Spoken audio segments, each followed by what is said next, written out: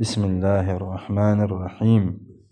Qul la əs'alukum alayhi əcran illal məvəddətə fil qurba. Sadaqallahul aliyyul azim və sadaqa və bəlləqə rasuluhu nəbiyyun kərim. Peyğəmbər və ali Peyğəmbərə salavat ediyyə. Allahümmə salli ala Muhammed Muhammed və əccil fərəcəhum. Bu günləri ikinci imamımız, ağamız, mövlamız Həzrəti İmam Həsən Müctəba əleyhissalamın viladət gecəsidir. Artıq sabahları o Həzrətin mövlud günüdür. Bugün, bu gecə o Həzrətin viladət gecəsidir. Allah and verək İmam Həsən Müctəba əleyhissalamın Allah dərgahında olan uca məqamına xatir, o ağanın Allah yanında olan ehtiramına xatir, biz günahkar bəndələri Peyğəmbər və onun əhl-i beytinə, məxsusən İmam Həsən Müctəba əleyhissalama xatir əfv eləsin. Amin. Günahlarımızın, xətalarımızın üzərindən qələmi əfv çəksin. Naqis olan ibadətlərimizi, itaətlərimizi o ağaya xatir bizlərdən qəbul eləsin. Amin. İmam Həsən Müctəba əleyhissalam qeyd elədiyimiz kimi Peyğəmbər əhl-i beytinin ikinci imam olan nurudur. O Həzrət hicrətin 2 və yaxud 3-cü ilində, yəni Peyğəmbərin Məkkədən Mədinəyə hicrət etdiyindən sonra təqribən 2 və yaxud 3 il. Çünki 2 ildə qeyd edilənlər var, 3 ildə. Məşhur olan budur ki, 3 il sonra. Ramazan ayının ortasında İmam əleyhissalam mübarək qədəmlərini dünyaya qoyub. Babası bildiyimiz kimi Həzrəti Rəsul-i Əkrəm İslam Peyğəmbəridir. Nənəsi seçkin xanımlardan olan Xədicə-i Kubra salamullahi əleyhadır. Atası birinci imamımız Peyğəmbərimizin vəsisi, qardaşı, əmisi oğlu Həzrət Əmir əl-Müminin Əli ibn Əbu Talib əleyhissalamdır. Anası Siddiqə-i Kubra xanım Fatimətüz Zəhra salamullahi əleyhadır. Həmin bu şəcərənin özü İmam Həsən Müctəba əleyhissalamın bir növ desək Allahın Quran-ı Kərimdə qeyd elədiyi şəcəri teyyibədən olmağının ən böyük sübutudur ki, o Həzrətin şəcərəsi, valideynləri, nənəsi, babası Allah-u Teala'nın seçib xüsusi dəyər verdiyi şəxslərdir ki, Allah-u Teala həmin o sülbü, həmin o nəsli Quran-ı Kərimdə bizə şəcəri teyyibə, pak şəcərə, pak nəsil kimi, pak ağac kimi tanıtdırır. O Həzrət hicrətin 50-ci ilində isə zəhərlənərək şəhadətə yetirilib ki, bununla ağanın ömrü təqribən 47 və yaxud 48 il olmuş olur. Ömrünün 7 və ya 8 ili Həzrəti Peyğəmbər Əkrəmin həyatına təsadüf eləyir. Yəni Peyğəmbər dünyasını dəyişəndə İmam Həsən Müctəba əleyhissalam təqribən ya 7 ya da 8 yaşında idi. Həmçinin Peyğəmbərdən az bir müddət sonra anası xanım Zəhra salamullahi əleyha şəhadətə yetdiyi üçün anası xanım Zəhra da dünyadan köçəndə İmam əleyhissalamın yaşı təqribən 7 və ya 8 civarında idi. Hicrətin 40-cı ilində Əmir əl-Müminin əleyhissalamın şəhadətinə qədər isə o Həzrət ömrünün təqribən 38 və ya 37 ilini Həzrət Əmir əl-Müminin əleyhissalamla birgə yaşayıb, yəni onun həyatda olduğu müddətə təsadüf eləyib. İmam əleyhissalamdan, Əmir əl-Müminin Əli əleyhissalamdan sonra isə 10 il özünün imamət dönəmi olub. Hicrətin 40-cı ilindən hicrətin 50-ci ilinə qədər, zəhərlə şəhadətə yetirilənə qədər o həzrətin bir növ desək, özünün imamət dönəmi olub. İmam əleyhissalam Mədinə şəhərində dünyaya gəlib və Mədinə şəhərində də şəhadətə yetirilib. Mədinə şəhərinin Haşimilər Bəqi qəbristanlığında, Haşimi qəbristanlığında dəfn olunub. Mübarək məzarı hal-hazırda da Bəqi qəbristanlığında digər 3 imamla birgə orada yerləşir. Allah lənət eləsin zalimlara. Təqribən 100 il bundan öncə İmam Həsən Müstəba əleyhissalamın, İmam Zeynul Abidin, İmam Muhammed Baqir və İmam Cəfər Sadiq ki, bu 4 imamın qəbri Bəqi qəbristanlığında yanbayan orada yerləşir. Onların qəbrinin üzərində böyük, əzəmətli bir məşhəd, məqbərə var idi. Lakin təqribən 100 il bundan öncə mərhumlar həmin o məqbərəni dağıdıb xarabalığa döndəriblər. Hazırda o ağaların qəbri üzərində hər hansısa bir məqbərə, günbəz yoxdur. Məşhur künyəsi İmam əleyhissalamın Əbu Muhamməddir. Yəni Muhammədin atası. Ləqəbləri isə əsasən məşhur olanları Müctəba, Zəki, Kərim o Əhl-i-Beyt, bunlar İmam əleyhissalamın məşhur ləqəbləridir və yaxud Seyyid-i Şəbab Əhl-i Cənnət, cənnət cavanlarının ağası Həzrət Rəsul-i Əkrəm ki, İmam Həsən və İmam Hüseyn əleyhissalamlara xitabən buyurub, həqiqətən Həsən və Hüseyn cənnət cavanlarının ağasıdır. Bu baxımdan o ağanın ən məşhur olan ləqəblərindən biri həmin bu ləqəbi idi ki, insanlar hələ sağlığında da ona cənnət cavanlarının ağası gözü ilə baxırdılar. Bu, İmam əleyhissalamın həyatı barəsində qeyd eləyəcəyimiz qısa məlumatlar idi. Peyğəmbər və Ali Peyğəmbərə salavat hədiyyə elə. Allahümmə salli ala Muhammed, Ali Muhammed. Hər bir imam kimi İmam Həsən Müctəba əleyhissalam da Allah-u Mütəalın Peyğəmbərin çəkdiyi əziyyətlərin müqabilində o həzrətin, Peyğəmbərin zəhmətlərinin qarşılığı olaraq məhəbbətlərini o əziyyətlərin əcri, qarşılığı qərar verdiyi o şəxslərdəndir ki, onu sevmək, ona məhəbbət bəsləmək Peyğəmbərin zəhmətlərinin müqabilində ona xidmət göstərməyə bərabərdir. Yəni, sən istəsən ki, Peyğəmbərin çəkdiyi əziyyətlərə görə ona bir qarşılıq verəsən. Necə ki, Quran-ı Kərimdə Allah-u Teala buyurur, Həl cəzaul ihsan illəl ihsan, məgər yaxşılığın əvəzi yaxşılıqdan başqa bir şeydirmi? Yəni, yaxşılığa ancaq yaxşılıqla qarşılıq vermək olar.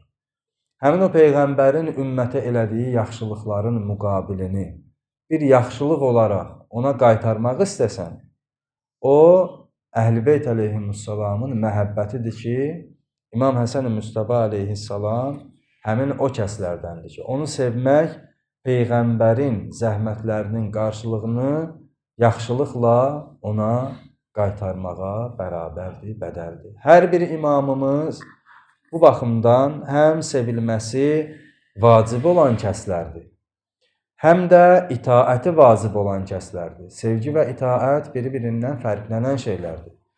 Bəzən insan bir insana itaət eləmək məcburiyyətində olar, əmr və qadağalarına riayət eləyər, amma ikrah üzərindən, könülsüz. Məsələn, bir zalim sultandır, əmr eləyir, insan onun əmrindən çıxa bilmir. Amma bu əmrə itaət eləməyi ona olan ehtiramından və yaxud sevgisindən qaynaqlanmır. İkrah üzərindən, canı xətərə düşməsin deyə. Bəzən də insan əmr sahibinə həm də itaətlə bahəm məhəbbət bəsləmək məcburiyyətindədir. Bax, İmam əleyhissalam həmin o kəslərdəndir ki, Onun itaati bizə vacibdir.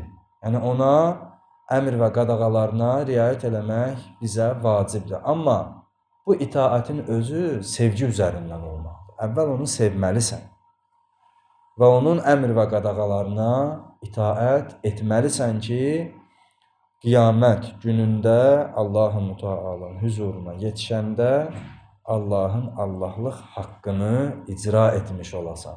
Allahın haqqını ona qaytarmış olasan. Hər bir imamımız müəyyən dövrlərdə insanların maddi və mənəvi inkişafında özünə məxsus rol oynayıblar. Həm onların maddi tələbatlarını, maddi ehtiyaclarının ödənməsində xüsusi rol oynayıblar, həm də onların mənəvi ehtiyaclarının bir növ desək ödənməsində xüsusi rol oynayıblar. Əlbəttə ki, məsum imamların Allah dərgahında bizim bilmədiyimiz, bizə agah olmayan elə bir məqamı var ki, biz onların mübarək vücudunun hikmətini tamamilə dərk eləyə bilmərik. Lakin həmin o dəryadan bir damcı olaraq gördüklərimiz, anladıqlarımız, öyrəndiklərimiz bizə əsas verir ki, bu insanların yer üzərində mübarək vücudunun varlığının zəruriliyini qəbul edir. Belə bir insanlar olmasa yer üzərində, Allah-u Teala'nın bu dünyanı qoruyub saxlamaqda bir hədəfi olmaz.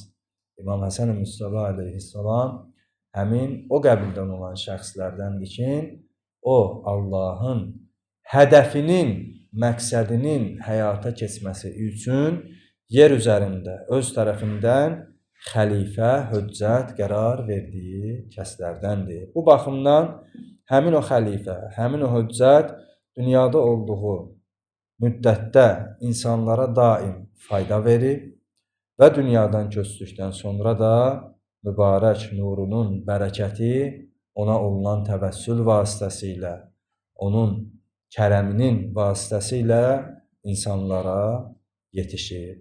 O Həzrətin həyatından bizə müəyyən örnəklər, nümunələr gəlib çatıb ki, onlar bizim ruhumuzun, mənəviyyatımızın, əxlaqımızın inkişafı üçün o ağadan öyrənə biləcəyimiz dərslərdir ki, bu dərsləri, bu nümunələri bizlər öyrənib həyatımıza tətbiq eləsək, bu zaman həqiqi Əhl-i-Beyt tərəfdarı, həqiqi Əhl-i-Beyt ardıcılı kimi formalaşmış olarıq.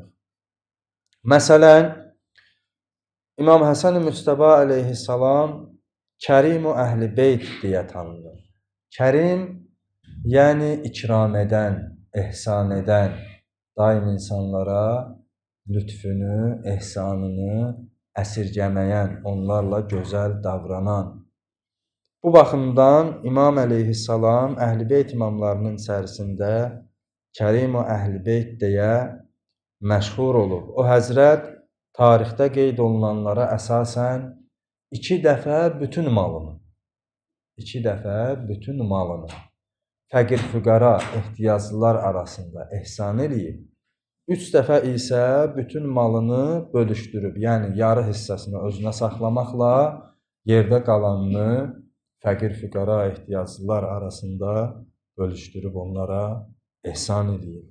Bu baxımdan İmam əleyhissalam Əhl-i-Beyt imamlarının içərisində öz kərəmi ilə məşhur olub. Təbii ki, hər bir imam kəramət imamı idi. Hər bir imam, bir növ desək, o ehsanı, o lütfü eləyən insanlar idi. Lakin İmam Həsən Müstəba əleyhissalam bu xüsusiyyətlə tarixdə daha çox məşhur olub. O həzrət insanların ehtiyac anında, fərq etməz, maddi olsun ya mənəvi olsun, daim onlara kömək eləməklə tarixdə öz adını Əhl-i-Beytin Kərimi deyə yazdırıb.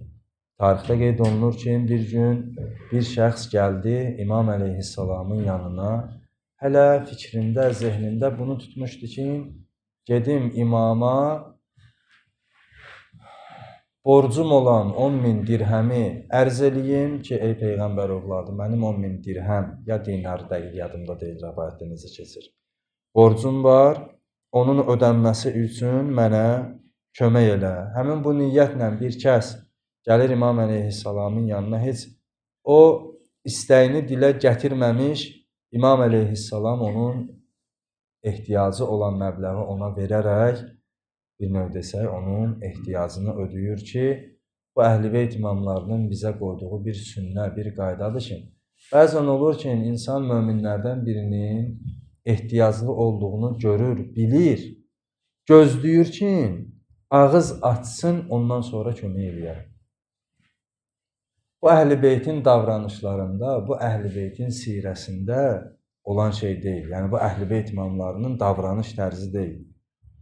Yəni, düzdür, Əhl-i Beyt imamları bəzi insanların o qəlblərindən, şuurlarından keçənləri bilən şəxslər idi. Allahın bəzən qeybi onlara aşkar etdiyi şəxslər idi.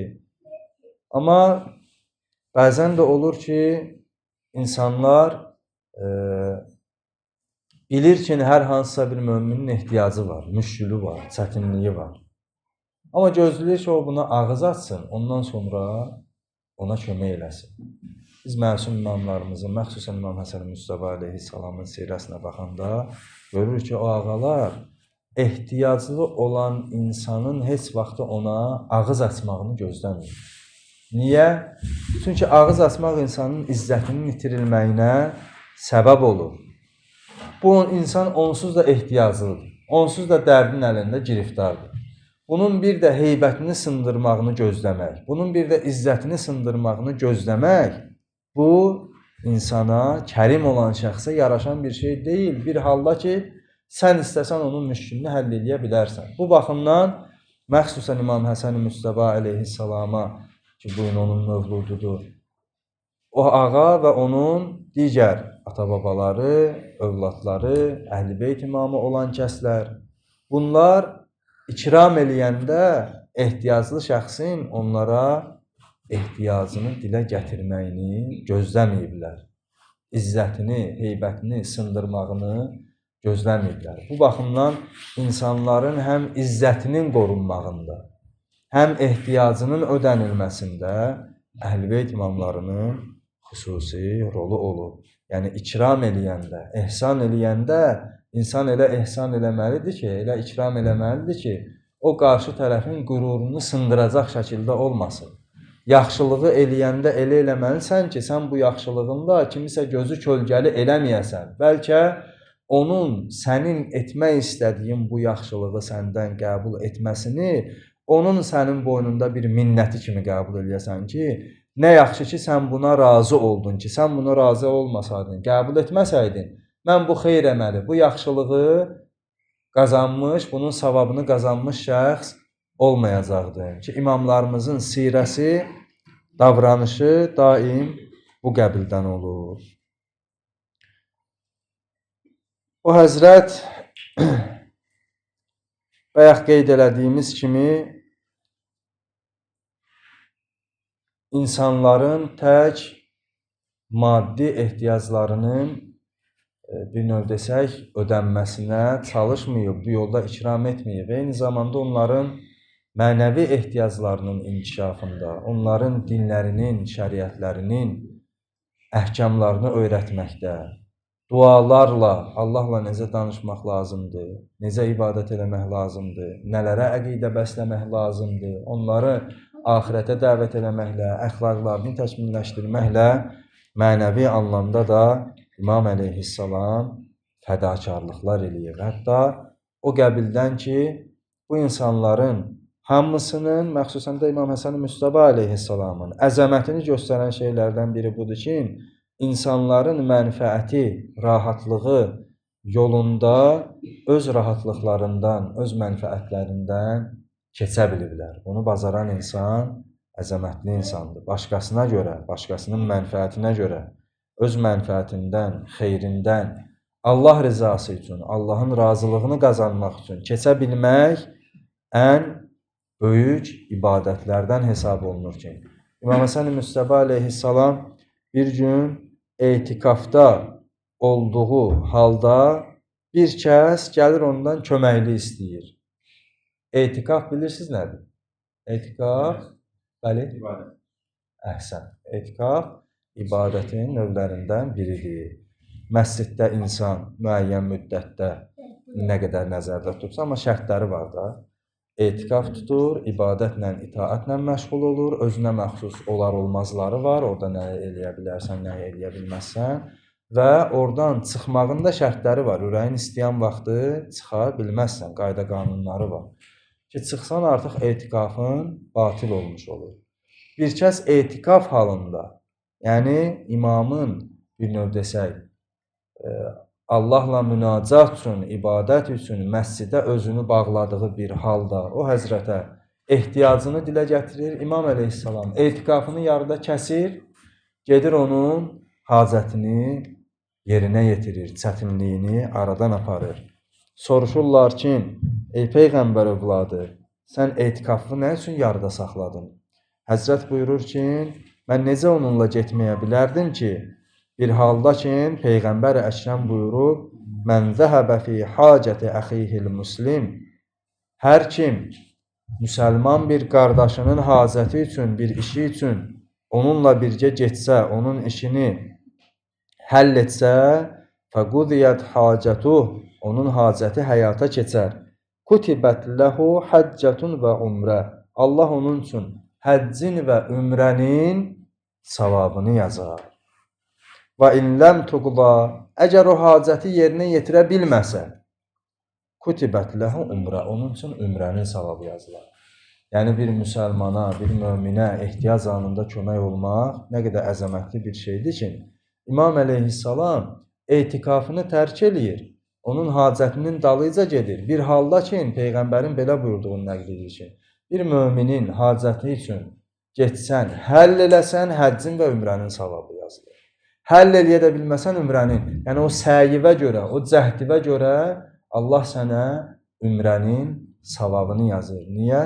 Sən burada cəhd göstərmisən, sən burada əziyyət çəkmisən, niyyətivi bir möminin hacətini, çətinliyini aradan qaldırmağa kökləmisən. Bu baxımdan həll edə bilməsən də Allah-u Müteal sənin üçün savab yazır.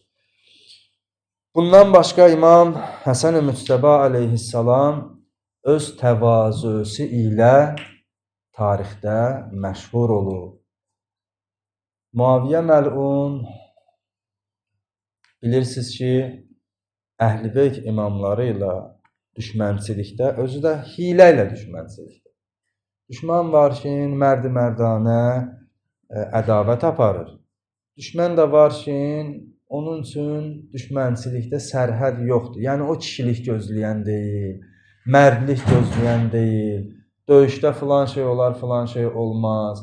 Qadının, uşağın, günahsızın bunlarla müharibə anında məsələn onlara zərər vermək olun. Bu kimi şeylərin sərhəddini qoruya bilməyən düşmən də olur. Amma Əhl-i Beyt imamlarının bir növ desə həyatına baxanda ən çətin mübarizə anlarında belə həmin o fitri, əxlaqi, dini qaydalara daim riayət elədiyini görürük.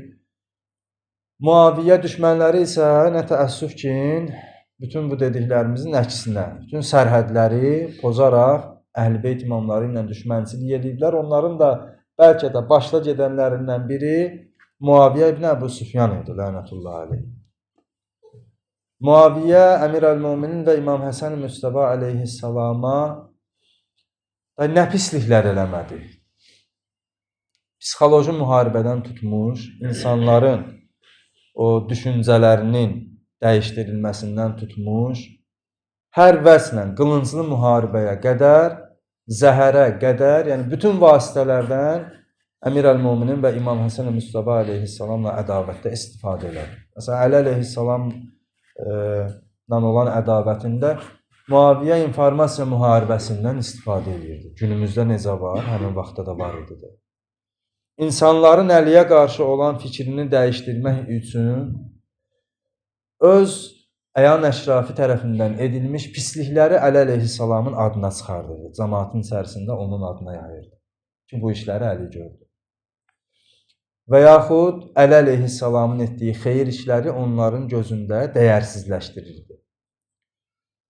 Eləcə də İmam Həsən Müstəba əleyhissalamın zamanında ki, bilirsiniz İmam Həsənlə Muaviyyənin uzun müddət çəkişməsi olub və nəticədə sülh müqaviləsi ilə sonlanıb ki, həmin sülh müqaviləsinin maddələrinin özü Əhl-i Beytə olunan zülmlərin bir növ desə şuarıdır ki, Əhl-i Beytə nə zülmlər olur? O maddələrdən biri, məsələn, Əli əleyhissalama və onun şiyyələrinə qarşı olan təqibin dayandırılması idi. Yəni, bundan sonra müsəlman torpaqlarında Əli şiyyələrinə qarşı pis davranılmayacaqdır. Əli əleyhissalama qarşı kin, küdurət, nifrət, lənət olmayacaqdır və s. və ilaxır. Muaviyyə məlun Əhl-i Beyt imamları ilə hər növ düşmənçiliyə əl atırdı. İmam Həsən Müstəba əleyhissalamla çəkişmə anında bir nəfəri Şamdan Mədinəyə göndərir ki, gedərsən filan xüsusiyyətlərdə bir insan, Həsən ibn Əli maraqlanarsan, filan xüsusiyyətlərdə taparsan, ona öz dilimizlə desək, dişinin dibindən nə sıxır deyərsən. Təhqir eləmək üçün İmam Həsən əleyhissalamı bir nəfəri tutur, ona mükafat verir, göndərir Mədinəyə. Həmin o kəs gəlir Mədinə şəhərinə, axtarır, soraqlayır da İmam Həsən əleyhissalam da o adam deyil ki, tapılmıyor. İslam cəmiyyətinin ən məşhur simalarındandır və xüsusən də Mədinədəki hakimiyyətin sahibidir. Axtarır, tapır, başlayır İmam Həsən Müstəba əleyhissalamı təhqir eləmək. Pis sözlərlə o həzrəti təhqir edir. Sözünü bitirəndən sonra İmam Həsən Müstəba əleyhissalam buyurur ki, ey mənim müsəlman qardaşım, belə görürəm ki, sən qərib adama oxşuyursan. Quranın əhlinə oxşamırsan. Əgər bu sözlərin aclığındandırsa, biz səni doyuzdurarıq. Gedək sənə yemək verər, itam verər.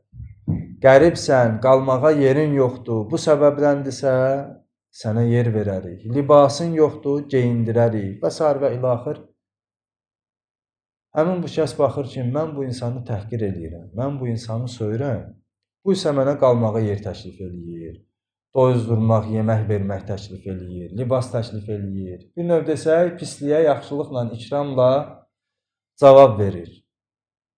Orada həyasından İmam Həsən Müstəba əleyhissalama buyurur ki, həqiqətən Allah öz əhdini kimlərdə qərar verəcəyini gözəl bilir. Yəni Allah bilir ki, yer üzərində onun xəlifəsi olmağa kim layiq? Yəni Allahın xəlifəsi elə gələ sənin kimi biri olur. Da Muaviyyə kimi pulla adam söydürən, insan alçaldan, təhqir edən biri yox. İmam əleyhissalamın bu baxımdan təvazökarlığı, səbri Əhl-i tərəfdarları üçün bir örnək, bir nümunədir ki, onların mənəvi inkişafında rol oynayır. Eyni zamanda o həzrətin təvazökarlığı bizlər üçün nümunədir. İmam əleyhissalam buyurur ki, bir gün bir küçədən keçirdi, gördü bir dəstə insan, fəqir, əyləşiblər, köhnə quru çörək yeyirlər. İmam Həsən Müstəba əleyhissalamı da dəvət elədilər öz süfrəsinə. İnsan üçün müstəhəbdir və rədd eləmək də məkruhdur ki, bir mömin onu süfrəsinə dəvət edəndə, əgər qoşula bilirsə, qoşulsun, onun süfrəsində əyləşsin, evinə dəvət edirsə, evinə təşrif buyursun. İndi bir zərurət olar, gedə bilməz, ayrı məsələ. Hətta müstəhəb orucu belə biri süfrəsinə dəvət eləyəndə açsan, Allah sənə həm o orucun, həm də o müminin dəvətini qəbul eləməyin müqabilində ki, onu izzətləndirirsən, hörmət sahibi eləyirsən, hörmətli bilib onun dəvətini qəbul edirsən, həm də Allah bunun savabını insana əta edər, amma müstəhəb orucda da, vacib orucda. Bu baxımdan həmin o fəqirlər yedikləri quru çörəyə imamı dəvət edirlər, süfrələrinə. İndi siz imamın davranışına baxın. Bu insanın heç şübhəsiz ki, evində təamı var, ləzzətli yeməyi var. İmam əleyhissalam eləyə bilər ki, bunları dəvət eləsin ki, bu quru çörəyi niyə yeyirsiniz? Gedək mənim evimə, normal süfrədə əyləşək, yaxşı təamlar yeyək. Bu cürdə eləyə bilər. Amma o həzrət o təvazunu göstərir ki, onlara o hallarının bir növ desək, rəzilliyini yaşatmamaq üçün, yəni o hallar özlərini alçaq hesab etməmələri üçün, o hallarının acınacaqlı olduğunu düşünməmələri üçün. Yəni bu şey adi bir şeydir də, burada nə var ki? Onlarla bircə əyləşir. Həmin o quru çörəkdən də doyana qədər yeyir. Yalandan süfrədə başqalarını ikrah elətdirəcək dərəcədə yalandan belə deyək də idarə eləmək üçün oturmur. Onlarla bir süfrədə əyləşir, onlardan biri olduğunu onlara hiss elətdirir. Onların yediklərindən yeyir, onlardan biri olduğunu onlara hiss elətdirir. Yəni sizinlə mənim aramda heç bir fərq yoxdur. Bitirəndən sonra da dəvət eləyir onlar üçün, gedək, necə mən sizin dəvətinizi qəbul elədim, indi siz də mənim dəvətimi qəbul edin, gedək mənim süfrəmdə əyləşin.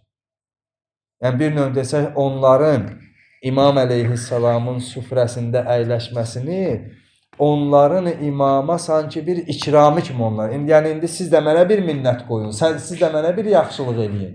Gedək indi də mənim süfrəmdə oturaq. Həmin o insanları aparır evinə, qonaq eləyir. Onlar üçün süfrə açır. Onlar üçün təamlardan hazırlatdırır. Libas geyindirir ki, kimin libasa ehtiyacı varsa onlara libas verir. Kimin pula, ruziya, bir növ desək, yeməyə ehtiyacı varsa ehtiyaclarını təmin eləyir, ondan sonra Həzrət onları yola salır. Eləyə bilər bir insan desin ki, burada yolun ortasında, tozun torpağın içərisində quru çörək niyə yeyək ki? Gedək, mənim evimdə hər şey var, narahat olmayın. Amma yox, bu insanın özünə nisbətdə, həmin o qəlbindəki o qürur deyək, təkəbbür deyək, onu sındırmaq üçün bəs eləmir. İmam əleyhissalamın təvazusunun göstəricisidir ki, o bir növ desək, təkəbbürün qırılmağının, əlbəttə Əhl-i-Beyt imamlarında təkəbbür yoxdur. Bunu öz dilimizlə deyirik ki, insanın o egosunu sındırmağın bir yoludur ki, əvvəl onların dəvətini qəbul edir, onlarla eyni səviyyədə olduğunu onlara göstərir ki, sizlə mənim aramda bir fərq yoxdur. Onların süfrəsinə əyləşir, ondan sonra onların öz dəvətini qəbul etməyini, onların özünə olan bir yaxşılığı kimi onlardan tələb edir. Bu Əhl-i-Beyt imamlarının, məxsusən İmam Həsən-i Müctəba əleyhissalamın bir növ desək, öz təvazusunun göstəricisidir ki, bizlər üçün nümunədir. Salavat zikridə Peyğəmbər və Ali Peyğəmbərə. Allahümmə salli alə Muhammed və ali Muhammed. Bu baxımdan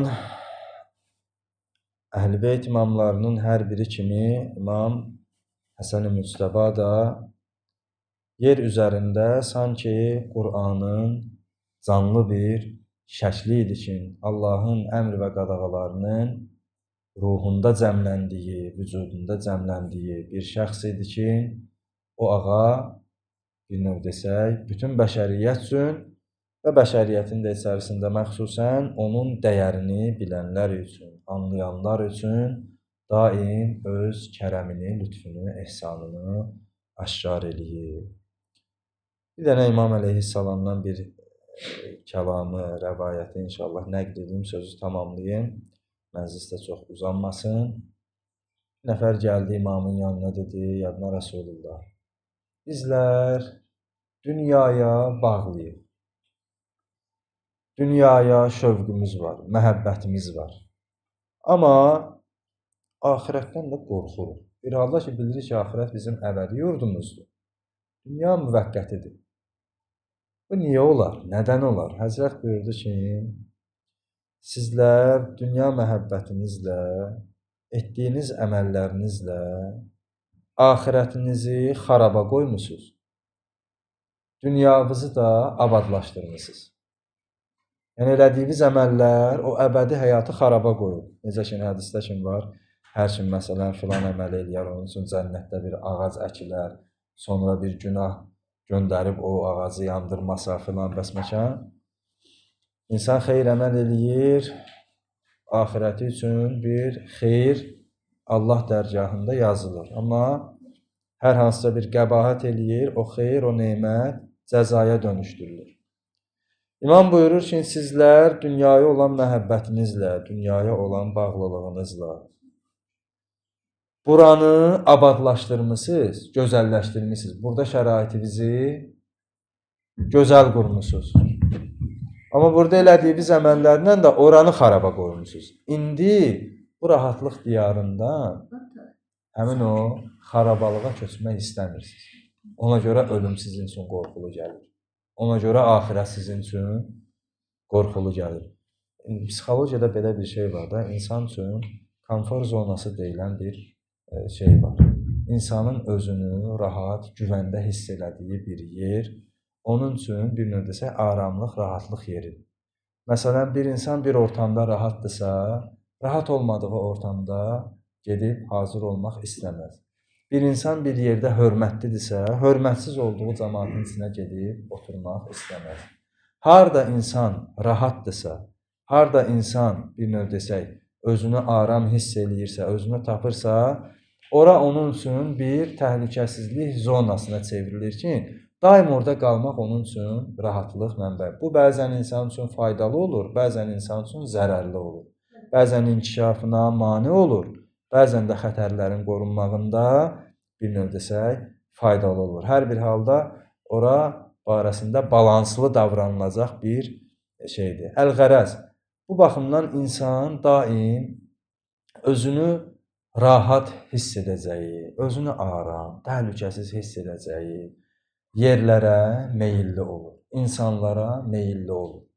Məsələn, bir insan bilsə ki, birinin əlindən, dilindən ona xətər gələcək, onun yanında hazır olmaz. Bir insan da bilsə ki, birinin əlindən, dilindən ona bir xətər gəlməyəcək, əksinə, elə daim bunu tərifləyəcək, hörmət bəsləyəcək, onun yanında da olmaqdan heç vaxtı uzaq qaçmaz. Bu baxımdan İmam Əleyhisselam buna işarə edir ki, siz dünyanı abadlaşdırmısınız. Yəni, dünya sizin üçün rahatlıq yeridir. Gözəlləşdirmisiniz. Nəyə ehtiyacın varsa burada təmin eləmisən. Nə müşkülləri, çətinlikləri varsa, bura üçün düzəltməyə çalışmısan. Amma buranı rahatlıq yerinə çevirəndə əbədi yurduvu xaraba qoymusan. Hər bir insan da öz əməllərinə bələddir axı. Oturub əməlnaməsini, həyatını özü gözdən keçirdəndə ki, görəndə nə günahlar eləyib, nə savablar eləyib, günahları ilə savablarını insan özü müqayisə edəndə görür ki, bunun cənnətə yolu yoxdur. Həzrət buyurur ki, ona görə sizlər axirətinizi xaraba qoyduğunuz üçün, dünyanızı abadlaşdırdığınız üçün, indi o abad yerdən xarabalığa getməyə qorxursunuz. Ölüm ona görə sizə vəhşətli gəlir. Amma insan bilsə ki, bu dünya onun üçün zindandır, xarabalıqdır.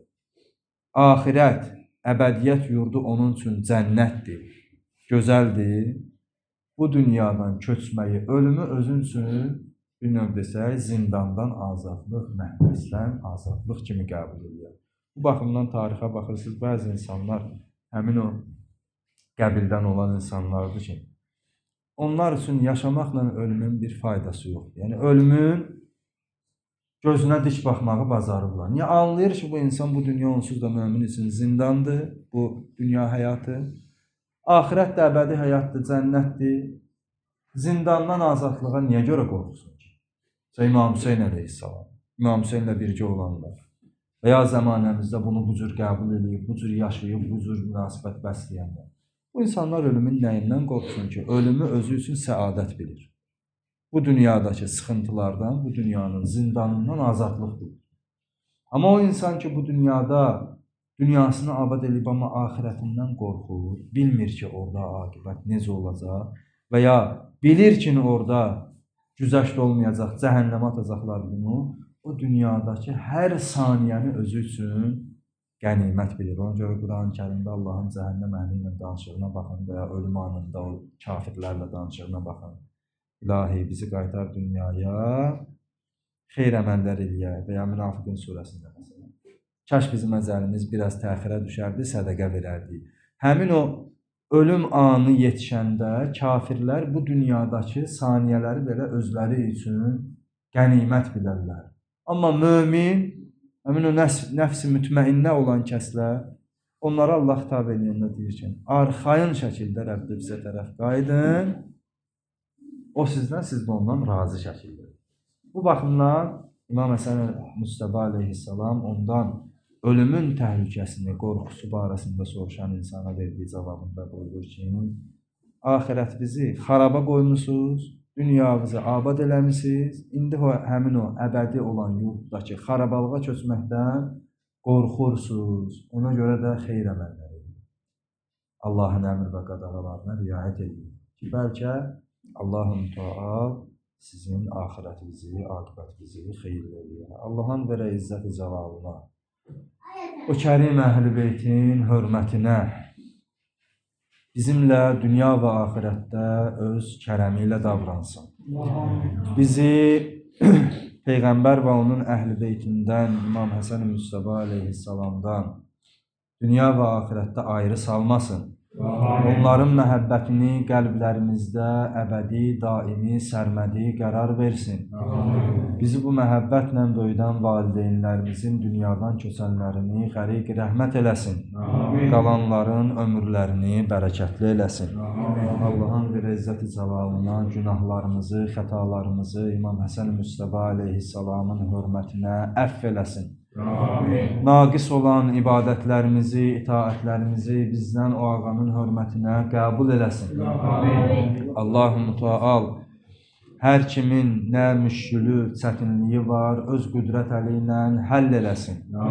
Məxsusən o insanlar ki, bu günlərdə xüsusi ağır çətinliklərlə, zülmlə, ədavətlə üzləşirlər. Allahın verə izzətinə, cəlalına, tezliklə bütün əhl-i beyt tərəfdarlarının qəlbinə, məxsusən də zülmə məruz qalanlarının qəlbinə, İmam Həsən Müstəba əleyhissalamın hörmətinə rifah, aramlıq salsın. Tezliklə onları zülmdən azad eləsin. Zalimları məhv nəbud eləsin. Dünya və axirət onları zəlil xar eləsin. Əhl-i beyt tərəfdarlarına izzət bəxş eləsin. Müsəlmanlara izzət bəxş eləsin. Və bu yolda canı ilə, malı ilə, hər vasitə ilə xidmət edən, fədakarlıq edən kimlər varsa, Allah-u Teala onların əzrlərini âli eləsin, qədəmlərini sabit eləsin, qəlblərinə dəyanət bəxş eləsin. Allahın verə izzətinə, cəlalına bu haqqı qoruyaraq nəsillərlə bizə yetirən əvvəlki nəsillərin dünyadan köçənlərini qəriq rəhmət eləsin, qalanların ömürlərini bərəkətli eləsin. Allah-u Teala alimlərimizin dünyadan köçənlərini qəriq rəhmət eləsin, qalanlarının kölgəsini daimi eləsin, ömürlərini bərəkətli eləsin, onların şeytanın, nəfs-i əmmarənin, düşmənin şərrindən amanda qərar versin. O elm tələbələri Əhl-i Beyt məarifini öyrənirlər, öyrədirlər. Allah-u Teala onları elmdə və salih əməldə müvəffəq eləsin. Yerin, göyün, nəfs-i əmmarənin, şeytanın, düşmənin şərrindən onları amanda qərar versin. Allahın belə izzətinə, cəlalına, xəstələrə, məxsusən də nəzərdə olan xəstələrə, iltiması dua eləyənlərə, onların xəstələrinə acil şəfa inayət eləsin. Yaralılara acil şəfa inayət eləsin. Allah-u Teala şəhidlərimizi İmam Hüseyn əleyhissalamla məşhur və məhşur eləsin. Allahın verə izzətinə, cəlalına, zamanəmizin sahibi, ağamız, mövlamız, imamımız, Həzrət-i İmam Zaman Əcəlallahu Teala fərəcəhu şərifin zuhurunda təcil eləsin. O ağanın zuhuru ilə yer üzərində ədaləti bərqərar eləsin. Zalimların kökünü kəssin. Məzlumlara imdad eləsin. Allahın verə izzətinə, cəlalına bizi o ağanın xidmətində müvəffəq və müəyyəd olanlardan qərar versin.